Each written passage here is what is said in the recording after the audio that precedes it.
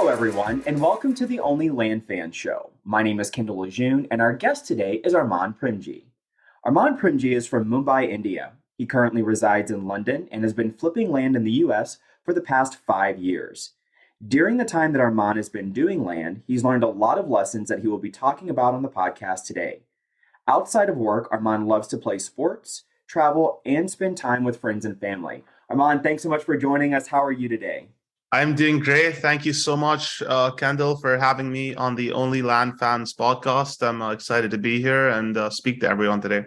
Excellent. Well, we're so excited to have you on. So let's just jump right in. Tell us, how did you get started doing land?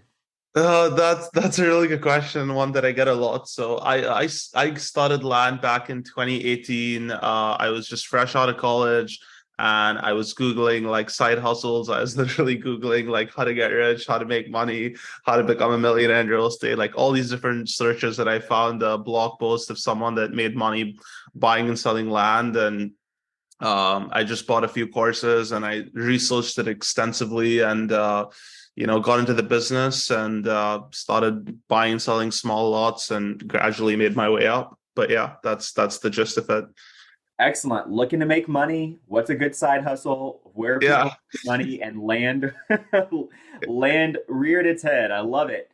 So you mentioned some courses. What types of courses or mentors, coaches did you have when you first got started in the land space? Yeah. So the first book that I read on land flipping was The Land Flipper by E.B. Farmer. So he was the guy that would buy large tracts of land, subdivide them, and sell it for double. So buy for 20, subdivide, sell it for 40, type of thing. And then I started to research the business model some more. And then I bought Dirt Rich by Mark Podolsky, and I read that book. And then I bought a few courses. So I did Mark Podolsky's course, I did Ari Tipster, and I did Land Academy. And I just learned about the business from all these different coaches and then got into it and then eventually made my own strategy, which is what I do now. But that's the gist of it. That's fantastic. Yeah, I love borrowing from different people and kind of finding what resonates, what works best for you. And so tell us, what is it that you do now? So now I specifically focus on wholesaling land. When I got into the business, I was doing a lot of small deals, buying for 1 to 2 thousand, selling for 3 to 5 thousand, all cash deals. No real estate agents, doing everything myself. Eventually, I realized that it takes the same amount of time whether you make 3 grand in a deal or you make 30 grand in a deal. So I started to get into larger pieces of land. Like eventually I was buying for 3 to 5, selling for 8 to 10, then buying for 10 to 20, selling for 30 to 50, eventually buying for 50 to 100 and selling for 150 to 250, type of thing. And then I started to run out of capital. So I was raising money. I would have somebody put up all the funds. I would do all the work and we'd split profits 50-50. But then what started to happen is I would get these real estate agents that would list the properties for me before I would even close on it myself. And I would get offers and I'd be like, wait a minute, is there a way to use the buyer's money to pay off the seller? And I don't have to take on the risk and buy it myself. And that's when I just naturally got into wholesaling. And ever since then, my business model has pivoted towards wholesaling. And so now I specifically focus on wholesaling large pieces of land. Excellent. So when you say large pieces of land, what's the size range? What's the market value of the properties you're Sure. doing? So I mean the size range really varies from 1 to 2 acres all the way up to 80 acres, 100 acres. In terms of the dollar amount, the average land deal today makes me about 30 to 40 thousand dollars, I would say. I have a few in there that'll make me 70, 80, 100K, but and then some which are like 15, 20K, but average is probably about 35, 40,000, I would say. Excellent. Very good. And so, um, what was that very first deal like for you? Where you're actually putting in your own money and you're not quite sure if this is going to work. I mean, even if it's $1,000, I mean, $1,000 at some point when you're first starting out can feel like a lot. So, what was that experience like doing that very first deal? Yeah, I mean it was very exciting. I think I've never got more excitement from a land deal than that very first one. So I got into the business seriously around like October of 2018. That's when I formed my LLC and stuff. And it took me about 4 months to like get all the systems set up, send out my first mailer, start getting some responses. And actually my first few mailers failed. I didn't get any deals. And then this deal came from a group that I was part of at the time. Someone was trying to, doing marketing and getting us leads, and we pay them if we did a deal from the leads that were coming in. So this deal, I bought it for 2,600 and I sold it for 4,400 in 3 days. So I made 1,800 bucks. It was again the most exciting land deal I've done. It was just I bought it for cash. I put it up on Facebook Marketplace same day or next day. I had an offer. I met the guy at a Burger King. Literally, he arranged for the notary to come out there. I created the deed on rocketlawyer.com. I printed it out. I brought it with me. I notarized it in front of this guy. He handed me a stack of $4,400 of cash. And I got into my car and I was counting the cash, and I was so happy that day. That's probably the happiest day I've had in this entire business. Even though the Yeah, amount was so small, it's just the excitement. absolutely. And the fact that you have like a proof of concept, like, oh my gosh, this actually works. Like Yeah. I actually have cash in my hand right now. That's Yeah, fantastic. it was awesome. I love it. And nothing like doing deals at fast food restaurants. I remember one of my very first deals, I met with a seller at a McDonald's and we signed work. Kids were like running around and stuff like that. And it's like, yeah, this is pretty amazing. So definitely understand the excitement with that. So, obviously it sounds like you've gone through quite a bit of evolution as a land investor from that very first deal. Talk to me about what your largest land deal has been like to date. Largest land deal, I bought it for, I think, if I remember correctly, I bought it for 475, or something like that, and I sold it for 625. So the spread on that was about 150K. And then after like commissions and closing costs and everything else, I made six figures on that deal. But that has been my largest one to date. Excellent. And so how many deals had you done before that, before you got to that large deal? I think I've done about maybe 25, 30 deals before I got to that one. Got it. Got it. So you weren't like, oh gosh, I don't know if this is going to work. You already knew that it was going to work, right? But Yeah. there had to Yeah. have been some type of little bit of anxiety about like I have $425,000 in this deal. I'm assuming you raised some funds for that one. Actually, that was after I already got into wholesaling. So, the buyer wired their 600 and something K, and then the title company paid off the seller, and then whatever was remaining after closing cost commission, they just sent me a wire transfer. So I Even made better. six figures with no investment. It was great. Even better. I love that. You mentioned that Yeah. your first few mailers failed when you started. How many did you send out and kind of walk us through the numbers of what those first few mailing campaigns look like? Yeah, I mean they were so tiny. I was so scared because I didn't even like I mean I knew the business worked because I heard in podcasts other people having success, and I'd read enough about it to know that there's no way so many people can be talking about a business that doesn't actually work. So I had some skepticism, but I went into it and I started mailing very small amounts. I was mailing 100, 200, 300 mailers at a time, and I would get calls from motivated sellers, so I knew that there was opportunity, but I just never really landed any like good deals that passed all the tests. And then slowly I ramped that up to like sending out 1,000, then 5,000, then 10,000, and now 40, 50, 60,000 mailers at one go. It's usually where I'm at. Excellent. Yeah. Excellent. Yeah. So definitely know what the value of scaling that marketing machine looks like, right? So what would you say to someone that says, like, hey, listen, I've mailed a few months. I sent out, 3 or 4 thousand mailers a month, and it's been 3 months. I've gotten nothing. What would you say to those people? Would you say just, pack it up and move on and go try crypto, or what would you Yeah. I mean, one thing I would say is that this business isn't for everybody. And, I've tried to help a lot of people. I've spoken to a lot of people about it. I've given people the guidance and the footprint. But one thing I've realized is that, I thought that if I showed my system to others and taught them exactly how I know, that they would have success. But what I learned is it really varies from person to person. Like there are some people that took my advice and did very well with it, and then there are others that didn't. And I think it just depends on you as a person. If you're someone that loves taking risk, that doesn't mind putting all your chips on the table, and just because this business, it can be very unforgiving at times. Like, there will be times where you send mailers and they just don't go as planned, and you will lose money. But it's just about having that grit and that fortitude and that mindset that I'm not going to give up. I'm going to figure out what went wrong. I'm going to tweak my offer prices. I'm going to tweak the areas I'm mailing. I'm going to improve my letter. Being in a mindset where you're constantly trying to learn and get better. And it's really those people that succeed, I think, in the long run.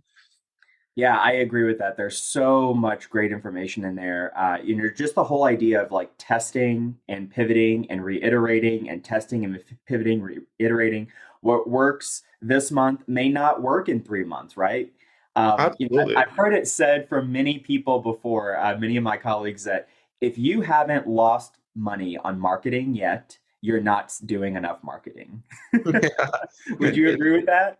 I would agree with that 100%. You have to be willing to roll the dice. And just something that I noticed, when I first got into the business, I was able to find deals for 20-25% of market value. If you use that same old approach today and you send out 10,000 mailers and you don't get any deals, well, guess what? I'm not surprised, because the market's changed, the environment's changed, and you have to be willing to adapt and make yourself competitive. And usually, if you're getting too few responses, it's because your offer prices are too low. If you're getting too many responses, it's probably because you offer too much. And that's just something that comes with trial and error and really experimenting. So Yeah, that's a very good point. I think one of the things that and I know I missed this when I first started, was, I kind of looked at this business as like, hey, I'm checking the boxes, I'm doing everything, but nothing's happening, right? yeah. As opposed to looking at the feedback that the marketing was actually providing and saying, like you just said, oh, I'm getting not enough responses. Well, maybe my offers are too low. And then using that information to pivot. So that's a really good point. So you mentioned grit. You mentioned the willingness to take risk and the willingness to implement different things and try different things. What would you say are the most important skills to have in the land industry? Hey, land fans! Looking for your tribe of serious land investors? Join thousands of your fellow land lovers in the Only Land Fans Facebook group. We're talking real deals, expert strategies, and game-changing connections you won't find anywhere else. This isn't just another real estate group. This is the community where land investors come to level up. Join us at onlylandfansgroup.com and join the conversation today. That's onlylandfansgroup.com. See you there. The most important skills, I think, one is technical skills, is being really good at Excel. And if you're not, really taking that time to really learn how it works, how to use like VLOOKUP, pivot tables, all these functions, filters, sorting and filtering, because all this stuff it'll just help make the experience so much faster and so much less painful. So like being good at Excel is something that I would highly, highly recommend, because, at the end of the day, you are looking at a lot of data, and a good mailer versus a bad mailer can, really make or break your business. So that is a huge one. I think the other thing is just, being a good negotiator, knowing how to talk to people, having good like people skills, negotiation skills, being empathetic, because many times when you're speaking to people, they're sharing their life story, they're telling you about their problems, and just being a good listener, and just being like a likable person, I think goes such a long way in this business. I mean, I still have buyers and sellers from 5 years ago from deals that I initially did, still calling me up to like catch up and just ask me about life. And I think, building that relationship is, having the ability to build relationships in this business is huge. And it just goes such a long way, not just with the buyers and sellers, but even with their realtors, with their title companies. I think it makes a huge difference. So I would say those are the two biggest things. Yeah, that's fantastic. I definitely agree with you. Relationships, I mean, it's just king, right? It's king Yeah. in business. And, it's one thing to be able to figure out a deal and to make a deal happen, but it's completely other thing to actually scale it, make it into a business, and realize that as a business, you actually have customers. Your sellers are customers. And like you mentioned, it's important to nurture those relationships. So I think that's really fantastic advice. So let's get into some nuts and bolts really quickly. Um, Mhm. how do you go about picking a target area to do deals? So I would say this has changed a lot over the years. When I first got into the business, I was looking, I was just mailing individual counties at the time. So I was looking at things like population growth. I would go on citydata.com. I'd look at, crime, median household income. I would look at what states and counties have growth, and I would, really try and be in secondary markets. So I'd say, 45 minutes to an hour and a half out of big cities is really where I'd like to be. Um, and I would try and mail those counties where there was growth and where I knew that I could sell land quickly. Obviously, as I grew and I needed more and more counties to mail, then I just started mailing entire states. So I'll just, if I like a state and I know that that state holistically is experiencing a lot of growth, a lot of people are moving to that state, I just mail the entire state. And today I just keep it very broad. I don't target specifically residential, commercial, industrial. I mail everybody and I just see what I can get. Excellent. And so do you so it sounds like you've simplified your approach from how you're Yes. picking target markets from the beginning of your career. Mhm. Do you target specific sizes of properties? It sounds like you just kind of target all of the zoning, but are there sizes that you look for or Yeah. So ownership? typically about half an acre and up is what I look for. I mean, in certain cases, I'll even go like 0.25 acres and up, but typically half an acre and up is what I go for usually. And then Excellent. in assessed value, at least 50,000 and up. Excellent. And so, for those that may be listening to this for the first time and saying, "Well, how do you hone in on what's going to be a good deal versus a bad deal? What's the criteria that you go through when you're looking to analyze and evaluate these deals?" Okay, that is a very good question. And I think I've built an eye for it. Like I think it comes with experience and just looking at enough deals. But some of the things that very quickly I can see when I pull up a piece of land. So I'll use Parcel Fact. That's the software that I use to look these up. I know there's a few others that people use as well.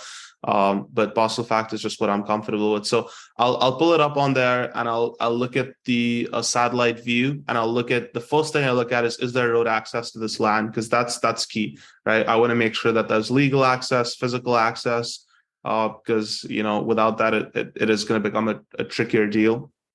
That's the first thing I look at. The second thing I look at is it in a flood zone, which Fossil Fact again very quickly can show me like a flood zone map and see if that overlaps with the land. The third thing is it on a slope? So obviously if it's on a cliff, it's going to be harder to build on it versus if it's like flatter land. And then and again, this is one of the most important things that I look at is there other activity going on in that area? So if I see a piece of land, it appears to be landlocked. It's middle of nowhere. There's no other real estate development, anything happening. It's all just barren land all around it. I know that 99% I'm going to have a really hard time selling it, and it's probably just going to be sitting on the market, for a year with no offer. So those are typically bad deals. But if I see like that this one piece of land has not been built on, but like stuff around it is being built on, and it's like quite urban, that area, then I know it's going to be a better deal. So I just look for growth and construction happening around that. Yeah. Yeah, that's a fantastic point. I think that there's so much land out there that it's super easy to get under contract, but it may not be very easy to move it, right? And so Yeah. thinking about the end in mind, I think is so important. Now, you mentioned flood zone. I want to dig into that a little bit deeper. Is that a complete deal breaker for you, or Does it just affect the value that you're going to offer, or what is it? How do you Yeah. flood zone? So flood zone, this is very interesting. I know a lot of people take flood zone off their list. I intentionally mail flood zone because some of my best deals, believe it or not, have actually been flood zone properties. Some of those deals where I bought for 50, sold for one deal, I bought it for just over 50K. I sold it for 165K. It was in a flood zone. And I'm guessing that's probably why many land investors didn't mail that one landowner, and I was open to flood zone, so I got it, and I found someone that was willing to buy it, and I made a good spread on it. And yeah, flood zone, I'm very much open to it. I don't rule it out at all because one man's problem is another man's treasure, and you'll always find a buyer. There's always one buyer, right, who's willing to overcome the challenges. And yeah, so Absolutely. Yeah, no, that's really, really good insight. So, what is it that you like to use as far as marketing to find your deals? What marketing channels? You mentioned mail. Do you do any type of texting, ringless voicemail, digital ads? What type of marketing channels do you like to use? Yeah, so I haven't actually looked at any of the other ones. To be completely honest, ever since I got into the business, it's always been direct mail. It's just what's worked for me. It's been effective at getting me deals. So yeah, I haven't really felt compelled to use anything else. My direct mail campaigns, when I initially got into the business, I was doing postcards, and then I realized that was getting me just too many people wanting offers, and then I'd have to do due diligence and then make them an offer. And I was spending a lot of time, and I felt like I was becoming an appraiser instead of a land investor. So the blind offer template, when I switched to that was like a huge benefit to me, because suddenly I was already making an offer and I was eliminating all the non-motivated sellers and only targeting very specific sellers. And the people I'd get callbacks from were usually motivated sellers. So the blind offer template, just a 2-page letter. The first page is a cover letter. The second page is my offer. And that's been the recipe of success for me. Excellent. So you mentioned that at one point you're sending 40, 50, 60,000 mail pieces in a Mhm. campaign, right? And so I'm assuming that's 50, 60,000 blind offers that you're sending. How do you streamline that? What's your process like to get to those blind offers? Yeah, very good question. So I realized that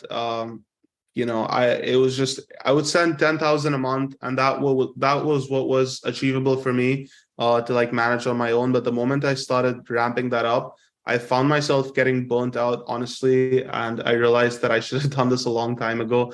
But I started hiring people in my business to help with different tasks. So the way I have it organized now is I'm the CEO. I have a COO that is fully trained by me. He knows the business inside and out. And then under him, we have transaction coordinators who are, helping with talking to the sellers and responding to those initial calls that come in. So, my goal at this point in my business is I just send direct mail and the team takes care of everything else at this point. And they're all structured on commission, so it doesn't cost me any salary to have these people on. They only get paid when I get paid. So it's definitely a win-win situation, I would say. Excellent. So you have people on your staff that are kind of calculating these blind offers. Is that right? So I calculate the blind offers when I send that initial direct mail campaign. And then if someone comes back and makes a counter offer, then I've trained the team on how to go about approaching those sellers. And all the marketing is honestly done through real estate agents. So like, let's say someone owns the land for 100 grand, we offer them 30 grand. They come back and say we want 50K for it. So I'll have my employees reach out to my real estate agent, ask them for their opinion, and then I have a formula where if it meets the parameters and if we can make a sufficient profit on it, then yes, they can go ahead and offer the seller 50K, and then my team takes it all the way from when it's listed all the way through closing. Wow, that's fantastic. So you actually have agents on that dispo side to negotiate on your behalf, right? Yes, agents on the dispo side, and then my staff is actually managing the agent, monitoring the list prices. If it's not selling, they're constantly lowering the list price till we eventually get to a sale. So just having a team that's very proactively managing all these listings, because that's honestly the only way that you can scale. Sending 50, 60,000 mailers a month and just having it all fall on me would would just not be fun. It's a lot. It's a lot. It's a lot. Yeah. Definitely a lot. So, for those that may be listening and that are newer to this business and they're struggling with, let's say they're in a brand new area, a brand new target market, they're not quite sure what the values of properties are, but they know they want to send 5,000 mailers to this particular area. What would you advise them to do in order to figure out what those blind offers should be when they're sending out those 5,000 mail pieces? Yeah, that is a really good question. I used to initially, to avoid this issues, I only used to mail counties which had very good assessor data. So, like, I started off in Texas. Texas is a non-disclosure state. Typically, the best like indication of market value is what the assessors have. So I would just use the assessed values and just go off that. And I would say, in my experience, I don't know how it is now, but back then, 80 to 90% of the time, it was pretty accurate. So I would just base my offers off the assessed value. Now I use a tool called Priced that prices all my offers for me. And this has really allowed me to branch off into other states where maybe the assessors don't have the best data. Excellent. Excellent. Love that. Mhm. And so let's talk a little bit about technology and how you use that in your business. So I did see in your bio that that CRM has sort of a sweet spot in your heart, right? Can you talk a Yes. little bit about CRMs and what you use and how you go about setting up your CRM? Yeah, so I use a CRM called Podio, and that's just worked very well for me. It in my land business, I set it up very early on, and I use it for everything from, keeping track of all the contact info of all the realtors, the escrow officers, all the sellers, buyers. Everything is in there. My entire pipeline, my buyers list, everything related to my business is in Podio. It calculates and tells me my monthly revenue, my annual revenue, how many deals I have coming up, what day I have which closing, how much I'm expected to make on each closing.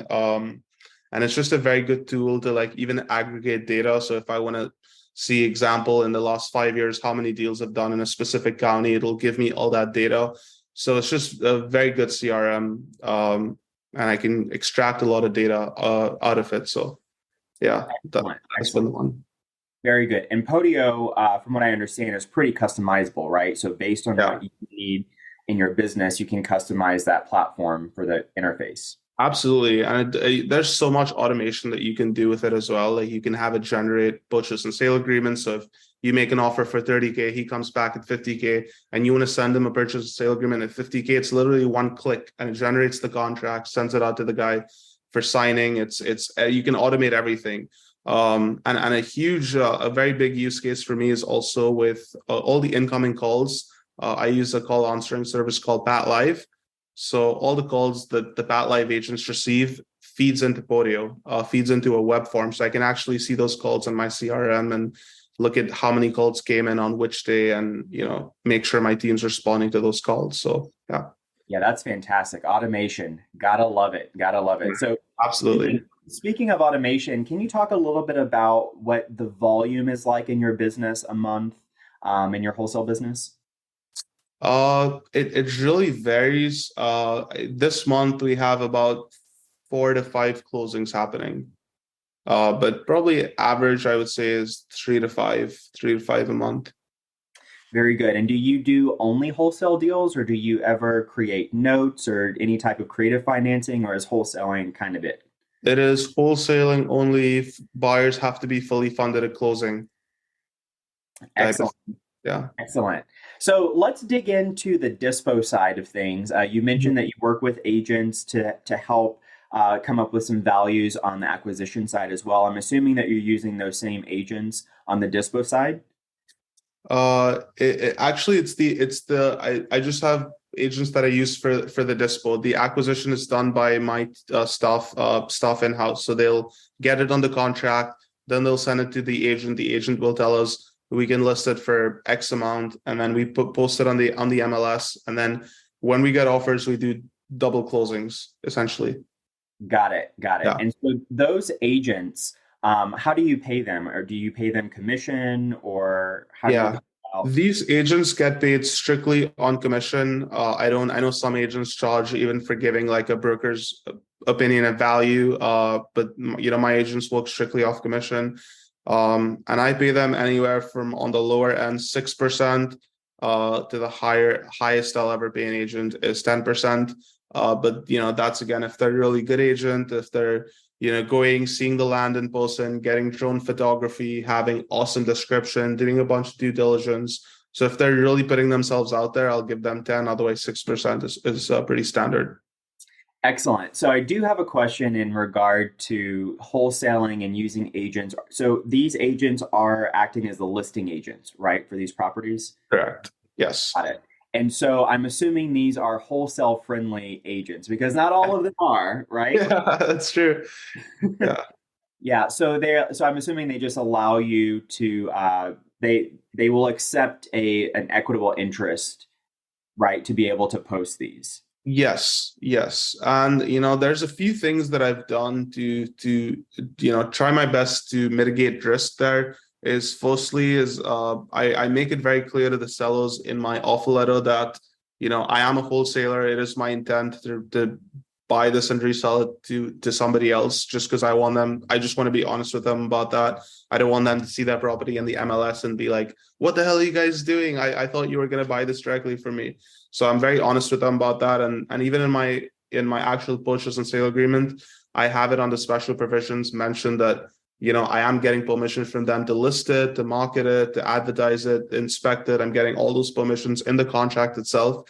So when I show that contract to the agents, they feel a lot more comfortable working with me as a wholesaler because I'm being honest with the sellers and I'm creating a fully transparent business. And most of the time the sellers don't really care. Like if a seller is motivated and they're happy with the offer you're giving them, they're happy with the price, they're just going to sign it. I post it on the MLS, we get offers, and then I do a simultaneous closing. So either same day or next day closing. Excellent. Yeah, I love the transparency of making sure that the sellers understand what your intentions are. I think I see a lot of wholesalers get into trouble when they try to position themselves as the end buyer. And then, like you mentioned, the seller sees the property on the MLS and says, wait a minute, I thought you were buying the property. So how do you broach that conversation with sellers? Let's say, they agree to a price, you send the contract and they say, wait a minute, what is this like wholesale business? Are you not buying? What is that conversation like? Yeah, I mean, so from time to time, right? Sellers will have those questions that like, are you guys not the end buyers, or like, what are you looking to do? And I just, I'm very honest with them. It's pretty self-explanatory from the letter itself, what our business model is. But if some sellers do have questions, I'm happy to answer them. And most of the time, you'd be very surprised. The sellers don't really care.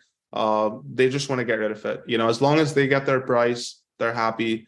But sometimes, sellers will have objections, and in which case, no hard feelings. We can go our separate ways. Not the seller for us, right? Not the seller for us. Not the motivated seller. That's it. Yeah, I love that. I love that. So, in your opinion, where do you see the market going now? And what are you planning to do, or what types of things are you doing right now to thrive in that market shift?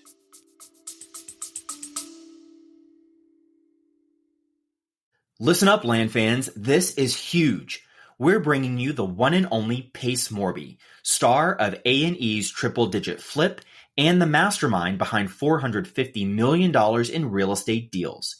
He's coming to our virtual meetup on Thursday, December 5th to share how he's applying his creative financing genius to land deals. Head to olfmeetup.com to save your spot today. That's olfmeetup.com. This is the kind of opportunity that changes everything. Very good question. I have noticed the return on mail going down. So, the cost of direct mail has gone up a lot in the last 2 years with inflation and, the USPS constantly giving like postage rate increases to everyone. So like the cost of mail has gone up, competition has gone up. It's no longer viable to buy land for 20-25% of market value because there's just too many people competing. So I have noticed that when I first got into the business, for every $1 in mail, I'd make 10 in revenue. Now it's probably closer to like 3 to 5 in revenue. So, margins definitely have gotten lower. And I also think, maybe that's partly due to the way the economy has shifted, with interest rates going up and just the whole situation that we're in right now. I do think that it'll get better with time because, you have a bunch of people trying to get into the business and they're sending out 5,000, 10,000 mailers, seeing that, hey, this doesn't work. It's not making me money, and they're giving up. And eventually you'll have enough people leave the business to where it's profitable again, and the margins make sense. So I think it's just a matter of time. Every business kind of goes through this transition. Yeah, that's a really good bit of insight. Mm-hmm. What are you finding? I know it's different in every market, but what are you finding typically to be the average of your ratio from mailers to deals? So how many mailers does it take to get one deal typically for you? Yeah, this again has changed so much from when I first got in, and I would do one deal for every 2,000 to 3,000 mailers. Now it's probably one deal for every 10,000 mailers. Yeah, 10,000 mailers. So for those people that are listening to this, that's a lot of mail to get one deal. And especially if you're looking at, 55 cents, 60 cents a mailer, you're looking at over $5,000 to get one deal, right? It's pretty crazy. So let's talk a little bit about, I'd like to shift gears. What do you find to be the most important needle moving activities that you can take daily as a newbie in this business? I think the best thing is just taking action. Firstly is getting all the systems set up, getting your phone system set up, your CRM, your website, getting all the fundamentals necessary for a scalable business. And the second thing would be to send mail. Because if you send mail, everything else takes care of itself. If you send mailers, you're going to be forced to talk to people. When people call you, now have to respond to them. So you're going to be forced to talk to people. You're going to be forced to get deals on the contract. Then you're going to be forced to sell those deals. And then you're going to be forced to make revenue. So essentially, by sending out mail, you're forcing yourself to make money by doing all the other steps that naturally come along with it. So sending mail is probably the best thing that you can do. Excellent. And what do you consider to be the biggest challenge in the land business? The biggest challenge is, I think just competition. Right now, competition, the state of the market, the situation that we're in, the cost of mail going up, the cost per deal going up. But I think all of this will eventually even out, and I think it's just a matter of time. Excellent. Yeah. And so talking about competition, I do want to chat on that a little bit. What do you think that you do differently than others in the land space that contributes to your success in your business? Very good question. I think the biggest thing is I don't give up.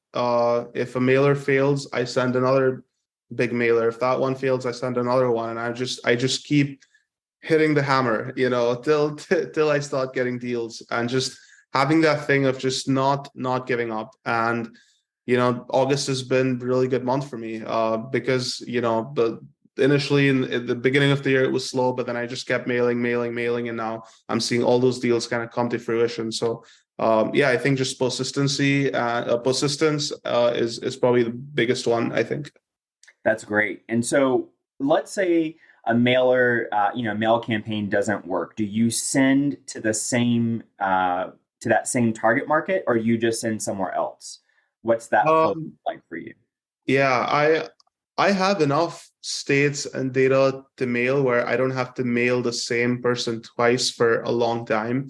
And I try to mail different states and different areas so I can get a sense of what states I have more success in and which ones work better. And then maybe 2 years later, I'll remail that state again. So yeah, that's typically how I do it. Excellent. And what's your favorite thing about the land business? Favorite thing is that I can do it virtually. Uh, I currently reside in London, and I'm closing deals in the US, and I think that's just phenomenal. You know, when I tell people here that I buy and sell land in the US, I think they can't really wrap their head around how sitting in London from my computer, I can buy and sell land in the US. But you know, I think technology is so amazing these days. I've closed deals at ski resorts. I've closed deals on beaches. Of course, deals in like the most randomest of places. You know, because title companies, they can sell mobile notaries to you anywhere. And you know, now you can even notarize documents online. So literally sitting from your laptop, you can close land deals. So it's just phenomenal. Yeah, it really is remarkable. That's definitely one of my favorite things about the land business, Yeah. how virtual friendly it is. So, Yeah. I get a lot of people that reach out to me that might be living in, that are living overseas, Germany, Spain, lots of different places, and they want to do deals in the US. And so, what type of advice would you give to those people just in terms of setting up and organizing things? What are the fundamental things that they need to have in place to be successful flipping land overseas in the US? Yeah, so I'll just start off by saying that I'm not a lawyer, so that this is not legal advice, but this is just what's worked in my experience. So I am a US citizen and I was living in the US before. So it was very easy for me to get US bank accounts, set up a US LLC, and do all of that. So I think that makes it a lot easier. I'm not sure if I know people sitting in foreign countries or flipping land in the US, but I think the way they've been doing it, from my understanding, is they're partnering with their real estate agents. They're finding local Americans that they can partner with and then doing like a profit sharing. And that's how they're able to, or they're just paying them like a fixed fee per closing or per transaction, or just an annual fee to like use them to have all the systems in place. But you definitely need someone in the US to like help you with setting all these things up. Got it. And so, just so we have an idea of what your daily action looks like, can you walk us through a little bit about what types of things do you do in your business on a daily basis? So for me, I will log into the CRM and I'll just look at, you know, what deals we have under contract to purchase, what deals we have under contract to sell, what are the upcoming closing dates, how much money we're gonna make, and then just looking at mailing, scrubbing lists and getting my mailers ready. I send mailers once a month, so I oftentimes plan those well in advance. But yeah, just getting the mailers ready and then just talking to my team, making sure everything is going well, addressing their concerns. Sometimes a unique situation will come up where they don't really know how to handle it, so they'll, come to me and ask for my advice. But I'd say they're pretty good, and I've spent a good amount of time training them so they can take care of most things themselves. Excellent. Yeah, that training is so huge. So Mhm. when you start thinking about managing people, creating a team, training, what are some of the biggest challenges that you found to get a team that to operate at a high level? Yeah, I think this business requires you to have very good management skills, because like there's a lot of deals, a lot of sellers, a lot of transactions. You have to be very detail oriented and have to be someone that's very much on top of things. And if you're not, it's very easy to like slip behind. So this is an issue I had with some of the previous transaction coordinators that I hired. They weren't very proactive. They were very passive. They wanted me to give them instruction, and if there was nobody watching over them, they wouldn't be working. And that's just a recipe for disaster. And we get calls that weren't being answered for, days and weeks at a time. And, Yeah, that's purchase the and sale last payments are thing. expiring. Yeah, yeah. There's just so Last much thing that into you this want with business. a transaction coordinator is someone, Exactly. you know, Yeah. I want someone that's operating like 4 weeks from now today. Yeah. Yeah. To I make want sure someone that can work everything. from home and still be productive. So I think that has been the biggest challenge. I But definitely get that. Definitely get that. So, what is something in your opinion that not many people are talking about in the land industry right now that we should be talking about? Something that not enough people are talking about. I feel like just the state of the economy and the markets and how that's changing things, and what are going to be like the next biggest areas to mail, how much we should be offering, how much other people are offering, sharing notes on things like that. I think people, when it comes to like where they mail, people tend to be very secretive. Like nobody wants to give out their secrets, and no one wants to invite competition. But I feel like, it really does make everyone better, because, you have states like Arizona and Nevada that have just been so heavily mailed that it's kind of killed it for everybody now, and I think by just having better communication, we can make the community a lot better for everyone involved. Yeah, I love that. Making sure that the community is improving and is better for everyone involved. Definitely, definitely love that. All right, so tell me, what is your superpower?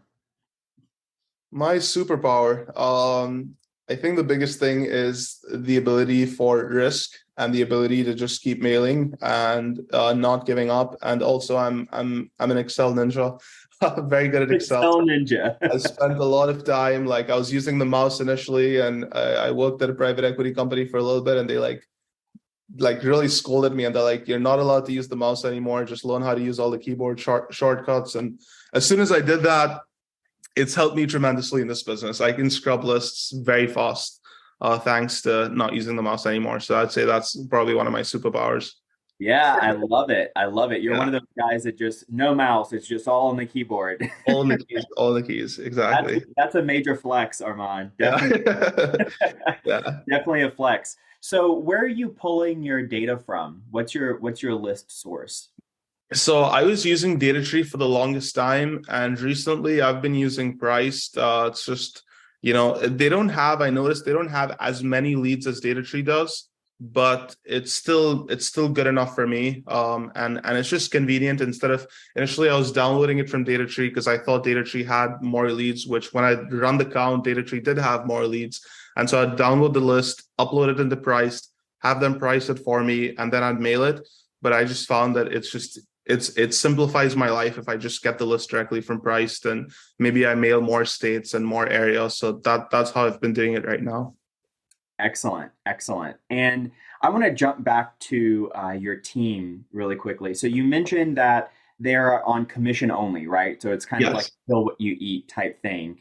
Yeah. So how did you go about building your team, and how did you find the people? Because it is a very specific type of person who's okay Yes. with having a commission only. So do they do other jobs, or can you talk to us a little bit about that? Yeah. So I found people who basically were, right now in the job market, we're at an interesting time where I think it's become a lot easier to find staff. Like a lot of people have been laid off from their companies, and people are looking for it pretty eagerly. So I think it is easier to find people now than it was maybe last year or 2 years ago. Um, for me, the way I've structured it is I pay them. So my COO gets 10% of revenue, and the transaction coordinators get 5% of revenue. And the end goal is to have 4 TCs, so one for each region of the US, one for each time zone. And the COO would look over all the TCs. So the TCs would be responsible for calling the sellers when the calls come in, responding to emails, taking the transaction from start to finish. The COO would be responsible for fielding offers, deciding which offers we take, helping make strategic decisions on where to mail, how much to mail, tracking KPIs, making sure the TCs are doing their job. But right now, we just have one. I have one COO and one TC. So basically, 15% of all the wholesale revenue that comes in goes to my staff, and then 85% goes for me and the cost of the mail and data and all the softwares and everything else. Excellent. Very good. What's your definition of success? I think the definition of success, it really varies from person to person. But I think, for me at least, it was the freedom of time and the freedom of money. And if I can spend my time where I want, when I want, and with whom I want, that to me is success. And just also having the money and the freedom to like travel where you want, buy what you want, do the things that really make you happy, and just being able to like enjoy life to the fullest. I think if you can get that for yourself, whatever that means to you, then I think you're a successful person. Yeah, I love that. No, a lot of that resonates with me. Freedom is definitely a core value for me as Yeah. well. I definitely understand that. Uh, are there any types of entrepreneurs, business owners, could be in the land industry, could be in different industry, but who do you like to follow? Whose teachings do you like a lot in the business space? Yeah, there's quite a few. I love Napoleon Hill, his books, Think and Grow Rich. That one had a huge impact on me. I'm reading this book right now. It's called Outwitting the Devil. That's a really good one as well.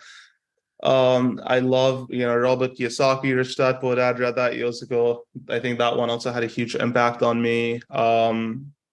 I like Alex Hormozy. I love following him on Instagram. He has like just really good insights on business and life.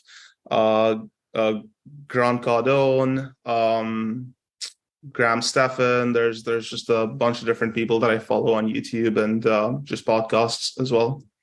Yeah, excellent. I love that. This is one of my favorite topics when it comes to talking to other business owners is that mindset piece, right? Like Mhm. there's so much mindset that goes into this. So, um, can you talk a little bit about what your mindset is like and how that's contributed to the success of your business? Definitely. I think my mindset was shaped, I definitely had this drive in me that I wanted to be successful. I think what it came down to was just having a really good framework to do that. And when I read Think and Grow Rich, it basically told me to set goals and write down basically what my goals are for the month, the quarter, the year. And so I'd write those down. And every morning when I'd wake up, I would have a piece of paper next to my bed and I'd read those. I'd like verbally read those goals out loud when I'd wake up and right before I go to bed. And subconsciously, it does something to your mind where naturally you get closer and closer to that goal. And all your actions you take throughout the day get you closer to that goal. So I would just write down big picture what the goals are and then just backtrack and say, okay, if I want to make X amount in revenue, I need to send X amount of mail. This is how much I'm going to send every month. And then just going about doing that work and being structured about it. Um, I think, so Think and Grow Rich really helped me build that structure to be successful. And then Grant Cardone 10X rule, just always wanting to 10X myself. I think those two things contributed greatly. Yeah, that's fantastic. I love getting the subconscious mind involved with, the all of the goals that you have. And gosh, Grant, he's just amazing. Yeah, I loved him on Undercover Billionaire. That was, did you get Yeah, to see that? I Remarkable. have, I have. Good. And I think, in business, you have two types of knowledge. You have general knowledge and you have specific knowledge. And, specific knowledge is really what makes you wealthy, but general knowledge is what gives you the mindset. So all these books I mentioned, they're great for general knowledge, but the specific knowledge comes from land specific courses and things like that. So I think you really need a mix of both to be successful. Yeah, I love that. I love that dichotomy of general knowledge, specific knowledge, bring those together, Yeah. winning combination, right? So, what's the biggest surprise that you've had so far in your land career? The biggest surprise is, I think when I was going into bigger deals, there was just so much fear, that things would go wrong or that it would be so much harder. But I think one of the biggest things is that it takes the same amount of time, effort to do a deal where you make 3 grand or 30 grand. I think that to me was like the biggest surprise. And also that there's nothing to be afraid of. At the end of the day, it's just numbers and you're doing the same thing, but you're just doing it at a different scale. So I think to me, that was like a very big surprise. And also that wholesaling is like workable, that you can actually do it. You can actually make money without investing money. I think that to me was also pretty eye-opening. Yeah, it's a really remarkable model for sure. Yeah, Yeah. super, super fantastic for leveraging. And so, if you could go back and tell yourself three pieces of advice when you were a brand new land baby, what would they be? I think the first one would be to hire people sooner. Is I waited 5 years to start hiring COOs and TCs And I should have done this a long time ago. Like I hurt myself because, had I just hired these people before, I would have been able to send way more mail. Like I would have been able to send 50, 60,000 mailers 3 years ago. I didn't have to wait to do it right now. So I think I really hurt myself by wanting to do everything myself. And I was kind of interfering in the way of my own success, telling myself things like, but other people won't be able to do it as well as you. No one's going to care for your business like you will care. And I was deluding myself, and I was getting in the way of my own success. And while I was very successful and I did very well, I was capping myself. So I think the biggest thing I would do is, like, as soon as I got the proof of concept and I figured out that the business was working, I should have invested into actually building systems instead of trying to do the things myself. Like, if you're doing the same thing over and over again, you should either hire someone to do it or automate it. But yeah, so I think that would be, like, I think the biggest thing that I would do differently if I could go back in time. Yeah, that's really, really good advice. What's your biggest passion or goal you'd like to achieve at this point in your life? The biggest passion or goal is really to ramp up the passive income. So land has been a way that I've gotten the active income, and I've taken that and invested it in self-storage, and the self-storage has done pretty well. And the goal is really to keep ramping that business up to where it gives me enough passive income to where tomorrow, no matter what happens with the land business, I have a sense of security and I know that I'll be well taken care of from passive income. So I think that's, like, the biggest financial goal of mine right now. That's fantastic. Yeah. So how'd you get into self-storage? Again, same thing. I was just, researching it online. I heard about it in a podcast. I don't know if it was Bigger Pockets or RE Tipster, but I heard about the self-storage industry and I just started researching it, and I bought a bunch of books. AJ Osborne's book was, like, really good one, Self-Storage Income. I got that one on Amazon, and I learned about the industry, and I invested in coaches and myself and started making offers. And I made 30 offers. I got 4 deals under contract, and I closed on 2 of them. And then I bought a 3rd facility earlier this year. So yeah. Yeah, that's awesome, man. Congrats. I love that. Thank Do you. you want to drop a coach name that you really like working with? Yes. Her name is Stacy Rossetti. I just put it in the comment section. Awesome. Yeah. And can you pronounce her name one more time for us? Stacy Rossetti. Awesome. Excellent. Very good. Love it. So, I just want to thank you so much for giving to us today. How can we give back to you right now? What resources or connections are you looking for currently? Honestly, at the moment, I'm not really looking for anything. I'm more than happy to help people in whatever way I can. And if anyone ever needs something or needs advice, people are free to reach out to me, and I'm happy to help people. Love it. How can people reach out to you? Facebook Messenger would probably be the best way. Just looking up my name, Armaan Premjee, and messaging me there, I think, would be the best way. Fantastic. Thank you guys so much. Armaan, I want to thank you. You've been absolutely fantastic. Thank you for tuning in. Again, every week we do these on Thursdays, 6 p.m. Central. We'll see you on the next one. Be great. Have a great week, and we'll catch you in the next one. Thanks so much, guys. Bye-bye.